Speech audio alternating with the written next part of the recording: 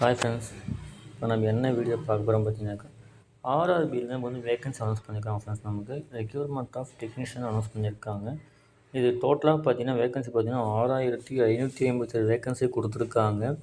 So அதில் age லிமிட்டில் வச்சவங்களுக்கு இதில் 2 கண்ட்ரோலில் பிரிச்சிருக்காங்க. என்னென்னு பார்த்தீங்கன்னாக்கா 18 வயசுலேருந்து 33 வயசு வரைக்கும் பார்த்தீங்கன்னா 323 வேகன்சியும், 18லேருந்து 30 வயசு வரையும் பார்த்தீங்கன்னா 6236 வேகன்சி தெளிவாக கொடுத்துருக்காங்க.